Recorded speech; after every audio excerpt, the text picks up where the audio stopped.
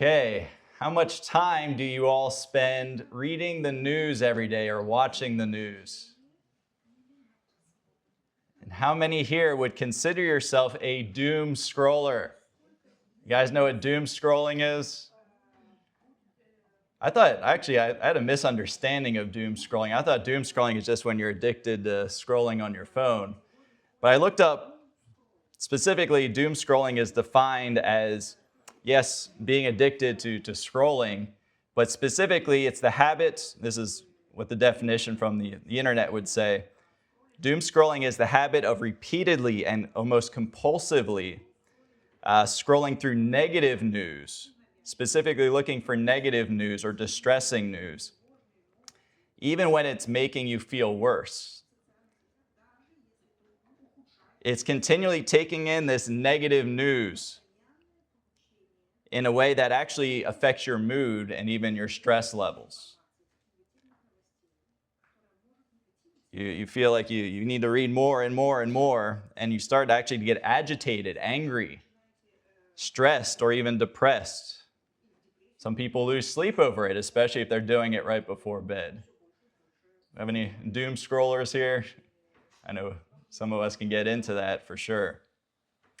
But the defining feature of doom scrolling isn't just how much you're on your phone reading it, but it's like you feel like you're going and you're still reading even though you're not receiving new information, right? And it actually starts to become more harmful than informative and helpful. A simple test to tell if you're doom scrolling is that if you're still scrolling and looking for new news or different articles, and you're not learning anything new, and in fact your mood is becoming a bit negative, that's doom scrolling. And this can happen very easily because no matter really what platform we use to get our news, the algorithm always seems to work the same. As soon as you catch one story that they see that you're reading or lingering on, then they'll immediately feed you another one. You get presented with the same thing over and over, or same topic. And on one side, we understand it's human nature to want to know what's happening in the world. However, the question is, how much is too much? And how much does God actually intend for us to know about the world news? A few weeks ago, I talked about God being omniscient. Guys, remember what that word means? Who knows? All-knowing. Okay, all-knowing, knowing everything. And we talked about God being omniscient. He's the only one that knows everything. And I think this desire that we often have to know everything can be problematic because God's the only one that knows everything. But the internet, what does the internet allow us to do? To know just about everything, right? Whatever we want to know, we type it in, we get an answer. But the problem is we're not capable of emotionally and psychologically even knowing everything. Simply because there is so much evil in this world. Again, God is omniscient. He knows everything, but He can handle knowing everything. He knows all the evils of the world. He knows all the evils committed, especially by the leaders of the world. He knew everything that was being committed by Adolf Hitler. He knew everything that was committed by Mao Zedong or Joseph Stalin. But He can handle omniscience. But we as human beings, especially when we engage in this doom scrolling particularly, but really anything we take in through the internet, too much negative information, it can harm us, cause us stress, emotional problems. And so as we turn our attention back to the book of Daniel, continuing through the book of Daniel, we need to realize that Daniel's world was an evil world as well. A world full of evil with evil leaders. Yet Daniel was not a doom scroller. Daniel knew as much about the world as God wanted him to know. and no more than that. He wasn't out there seeking bad news, even though God had revealed quite a bit of bad news to Daniel, quite a bit of world history to Daniel. And yes, some of that news was very distressing. For example, in Daniel chapter 7, Daniel received a vision of the future kingdoms. And we're going through chapter 2 today. And chapter 2 and chapter 7 are kind of not parallel, but they're similar. Both chapters talk about the four kingdoms that would come. 5 kingdoms, actually. But in chapter 7 specifically, there's a focus on that final kingdom, that final beast that comes out of the sea. And that bad news, is a bit too much for Daniel. It actually says in chapter 7 that Daniel was deeply troubled and his skin turned pale after seeing this vision, after receiving this news. It just shows us how difficult it can be sometimes to consume too much knowledge about what's going on in this world. But Daniel never sought after the bad news. Instead, we do know about Daniel, even knowing what God revealed to him, Daniel was a man who trusted in God, regardless of the bad news. And one reason for his trust in God was because he knew that God is sovereign. God is sovereign. You guys remember that word from last week? Started talking about God's sovereignty. God is sovereign over all the world. He's sovereign over all the bad news of the world. And he's sovereign over the kings, the rulers, who are sometimes responsible for that bad news. So last week we started the discussion of God's sovereignty. That God is supreme, he's above everyone and everything, including over all events of world history. We looked at Daniel chapter 2, verse 21. Daniel 2, 21. We saw that God is the one who changes the times and the seasons, it says in Daniel 2:21. God changes the times and the seasons. We talked about all of world history being a movie. And if it were a movie, God would be the writer and director of all of it, orchestrating the times and the seasons that come about. Specifically, we looked at what Yeshua called the times of the Gentiles. Currently, we live in this time where Gentiles are dominating the world, have dominated the land where the Jews were as well. But we see that God will change the times and seasons once again for Israel in the future. So that was last week. This week, I want to focus on the second part of verse 21. Not only does he change the times and seasons, but he's the one who removes kings and sets up kings.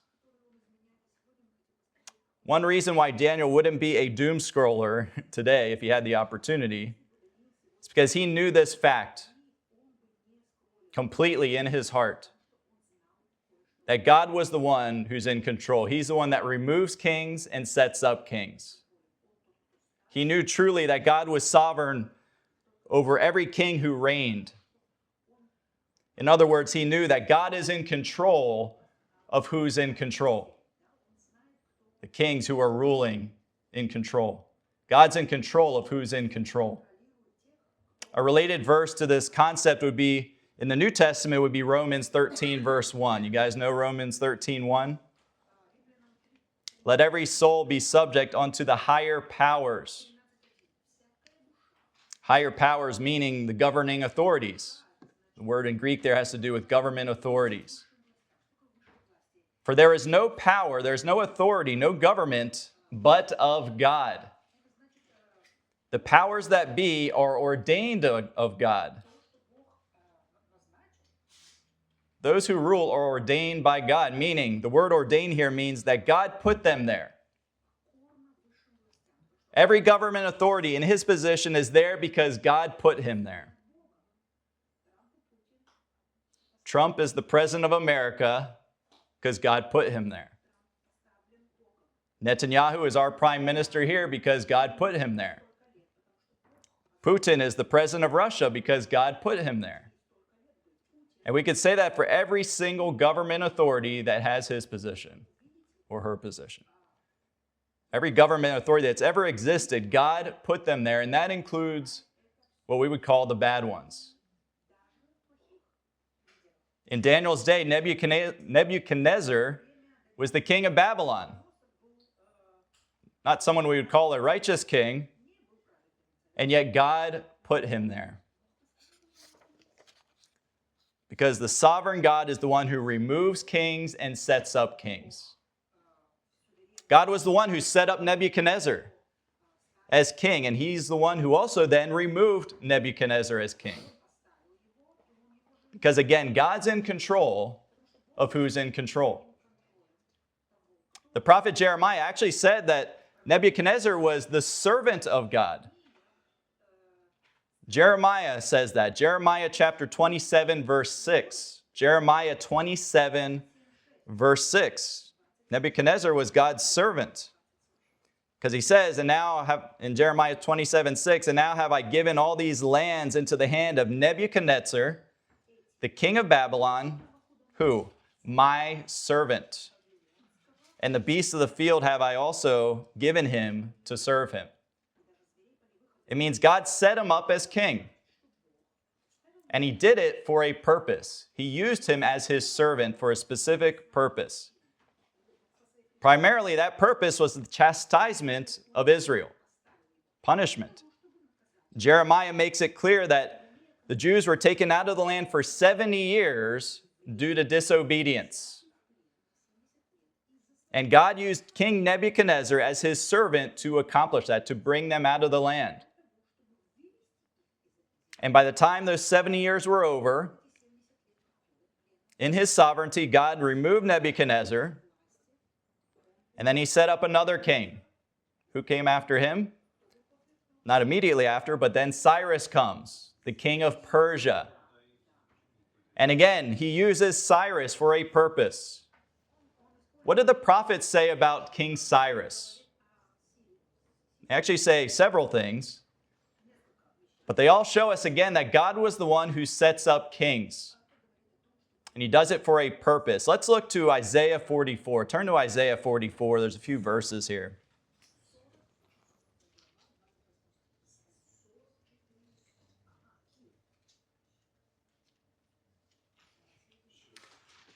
Isaiah 44, we're going to start with verse 28. That's the last verse of 44. Isaiah 44, 28. That saith of Cyrus, he is my shepherd. This is the Lord speaking. And shall perform all my pleasure. Even saying to Jerusalem, thou shalt be built, and to the temple thy foundation shall be laid. Cyrus is called God's shepherd. Does that strike anybody else as unusual? Think about that. A pagan Gentile king is called God's shepherd. When we think of that word shepherd, what do we think about? Think about God's servants leading God's people. We think about people like Moses and David and Yeshua himself. But Cyrus was also called God's shepherd.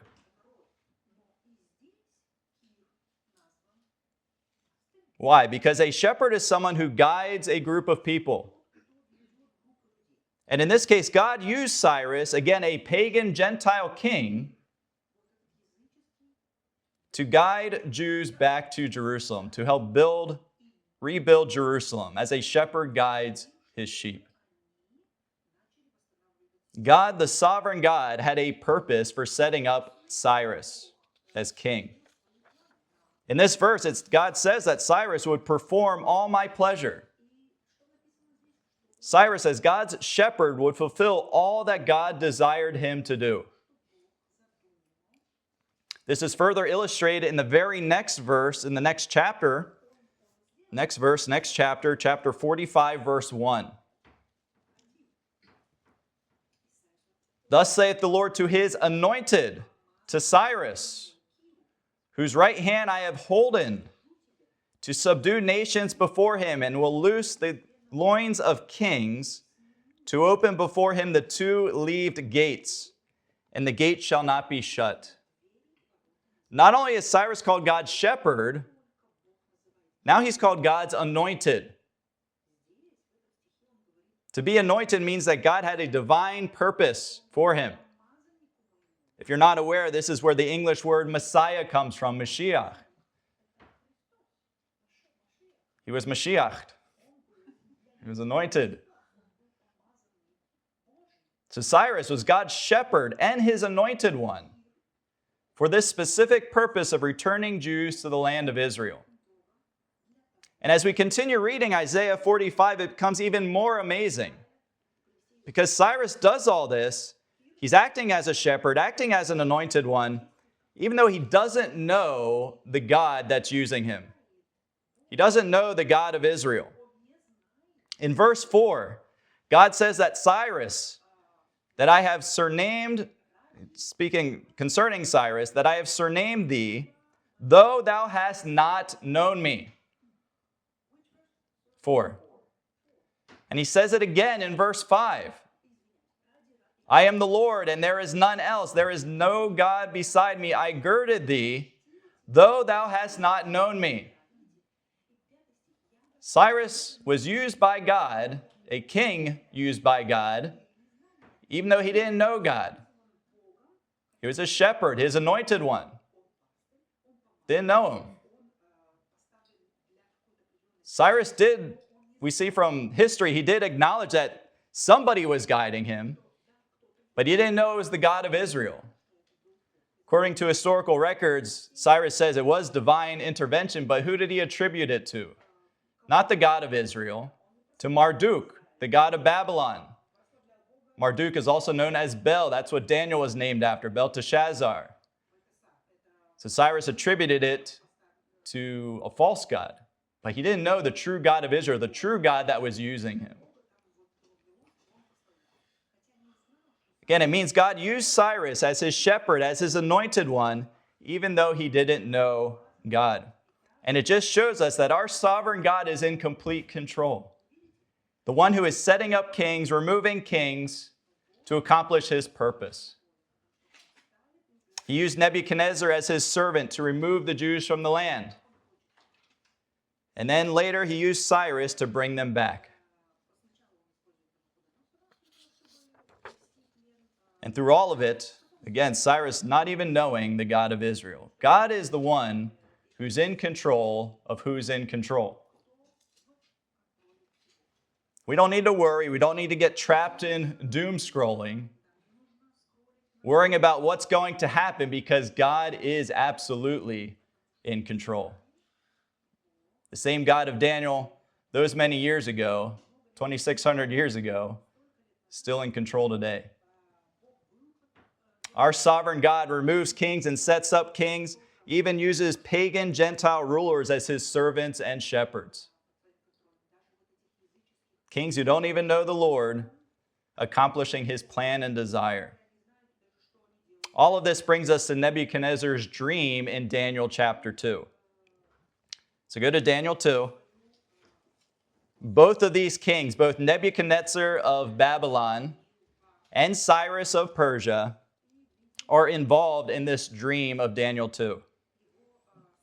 So let's bring this all together by finally looking at the dream. I've been mentioning it for several weeks. I've been going through chapter 2. So now we're going to get to it. But first notice the king's disposition, the way he was behaving, the way he was acting before he gets the interpretation from Daniel. Verse 29. As for thee, O king, so Daniel speaking to the king, to Nebuchadnezzar. As for thee, O king, thy thoughts came into thy mind upon thy bed. What should come to pass hereafter? And he that reveals secrets makes known to thee what shall come to pass. Nebuchadnezzar couldn't sleep. He was losing sleep because of this dream, because of verse 29, because thoughts came into his mind upon his bed. And he was asking himself a question. The question is in verse 29. What should come to pass hereafter? He knew the dream had some significance for the future, but he didn't know what exactly. In other words, he was losing sleep because he wanted to know what's going to happen next. What's next? That's what was keeping him awake. And that's a question that troubles many people today. What's next? Causes some people to lose sleep today, even like Nebuchadnezzar did back then. And it's the reason why doom scrolling is so popular and prevalent today. People want to know what's going to happen next. Nebuchadnezzar wanted to know what's going to happen next. What's going to happen? Is Trump going to attack Iran? What's China up to? What's China planning to do next? What's the next move between Russia and the Ukraine? What's next? But if we're not careful, we can become like Nebuchadnezzar, losing sleep over this question, what's next? Daniel himself easily could have worried about what's next in his life. He easily could have been today a doom scroller because his world was completely flipped upside down.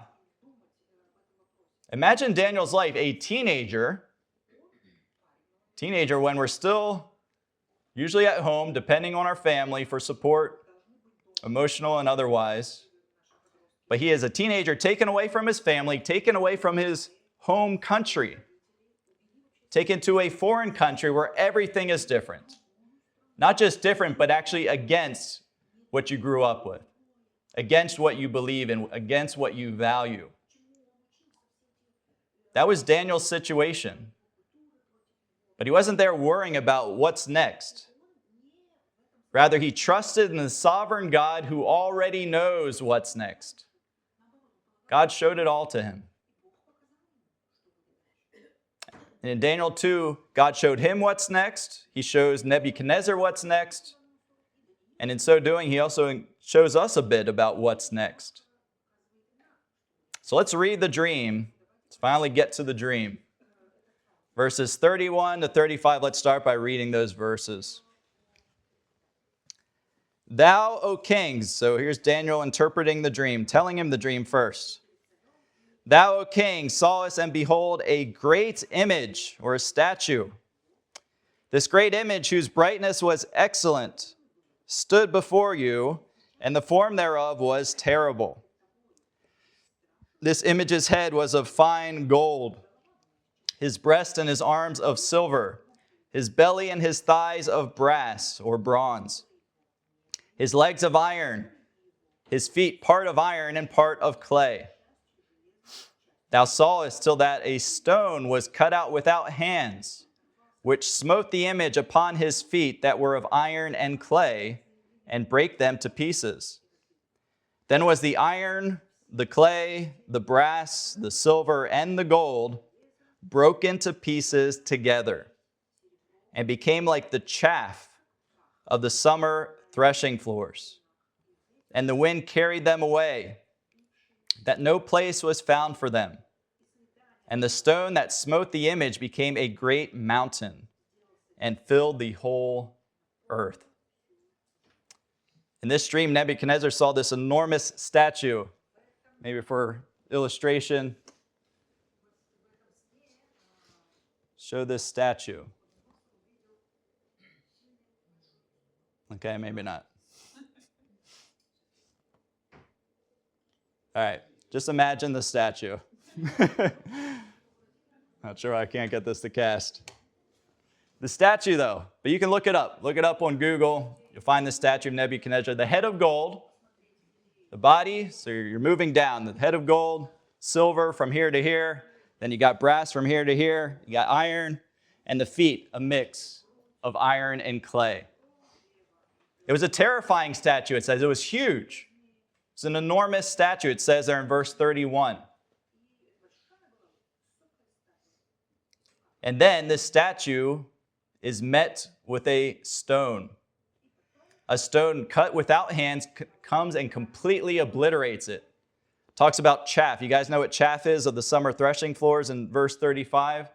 When they were harvesting the wheat and crushing the grain, and you throw it up and the wind takes the dirt away because it's so light, it just blows away. And that's how they separate the grain. It says that's what these nations are going to become. That's what the statue pieces are going to become. And instead, that stone will come and a great mountain will fill the whole earth. So that's the dream. Now let's look at Daniel's interpretation. Let's start at verse 36. This is the dream, and we will tell the interpretation thereof before the king. Thou, O king, so he's talking to King Nebuchadnezzar, art a king of kings, for the God of heaven hath given thee a kingdom, power, and strength, and glory. And wheresoever the children of men dwell, the beasts of the field and the fowls of the heaven hath he given into thine hand, and hath made thee ruler over them all. Thou art this head of gold. Stop there for a moment. Notice that, again, God is sovereign, sets up kings. And here he's telling Nebuchadnezzar that you are in your position because God put you there. You're the head of gold, very powerful king. But you only have that power because God gave it to you. Those are the words he says. Says it both in verses 37 and 38, that God gave it all to you. You're the head of gold. And I'm sure as he heard that, he was very happy because gold is more precious than silver and bronze and the other that would come after. But you as the gold, top of the top. But you're only there because God put you there. Let's continue the interpretation. Verse 39. And after thee shall arise another kingdom inferior to thee. So again, that probably made him feel pretty good. And another third kingdom of brass, which shall bear rule over all the earth. And the fourth kingdom shall be strong as iron, forasmuch as iron breaks in pieces and subdues all things. And as iron that breaks all these, shall it break in pieces and bruise. And whereas thou sawest the feet and toes, part of potter's clay and part of iron, the kingdom shall be divided. But there shall be in it of the strength of the iron, forasmuch as thou sawest the iron mixed with miry clay. And as the toes of the feet were part of iron and part of clay, so the kingdom shall be partly strong and partly broken. And whereas thou sawest iron mixed with miry clay, they shall mingle themselves with the seed of men. But they shall not cleave one to another, even as iron is not mixed with clay.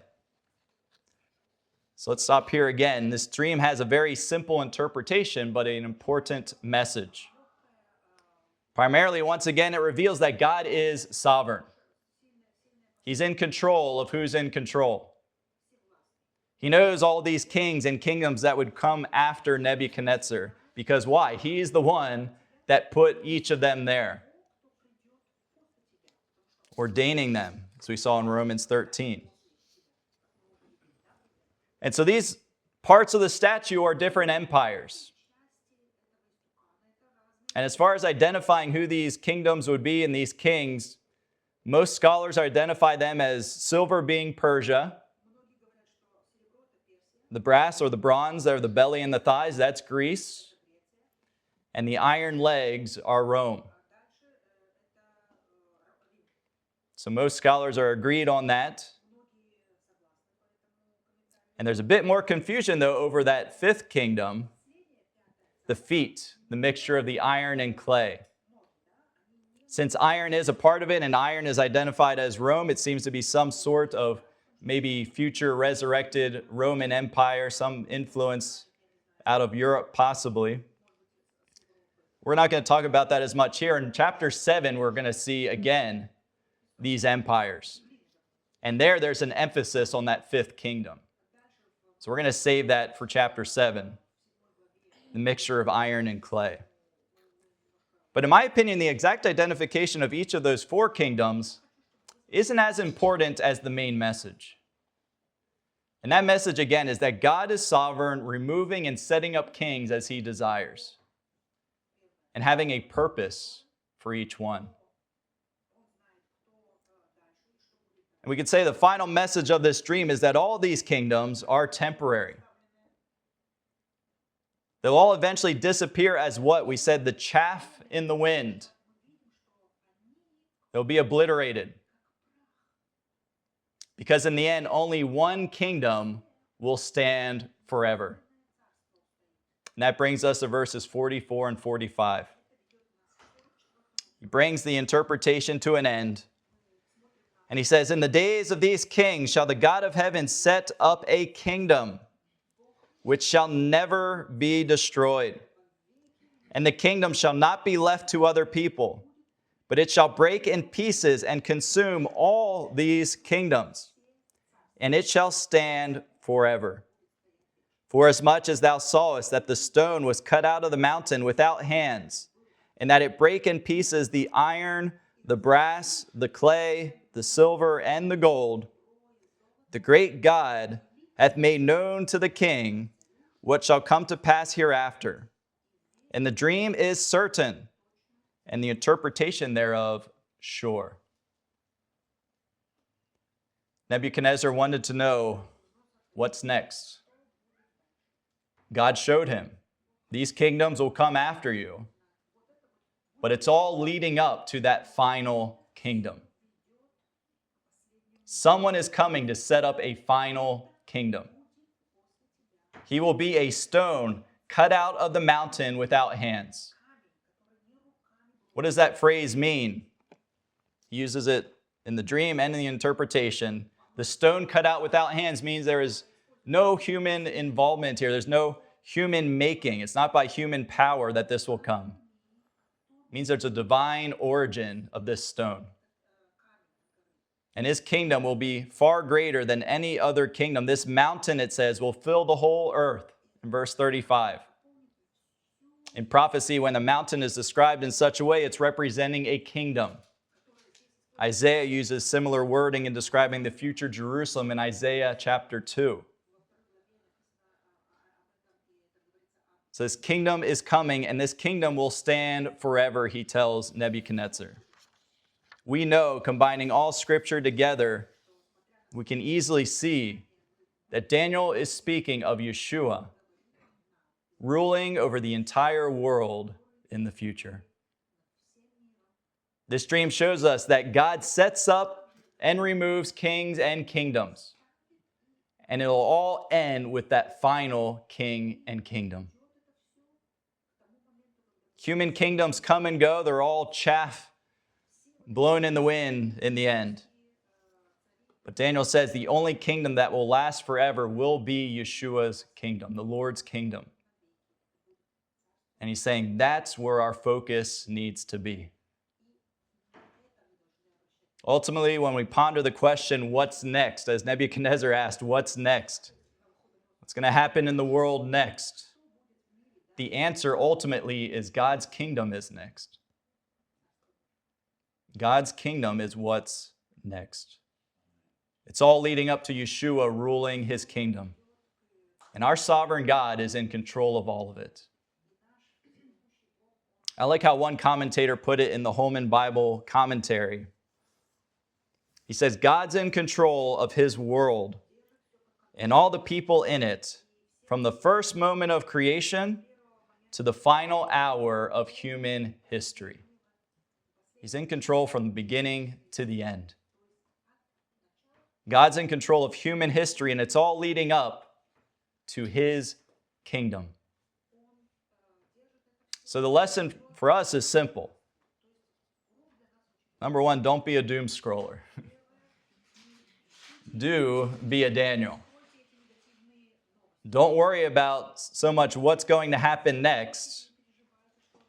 Rather, do trust in the sovereign God who removes kings and sets up kings. Trust that he has a purpose in what he's doing.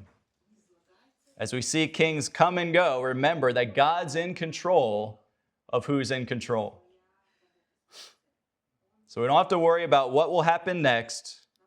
We simply need to have our focus in the right place. The king and his kingdom are coming. Keep our eyes on Yeshua and what's coming next. The king's coming. Let's quit the doom scrolling Let's put our eyes on him. Amen.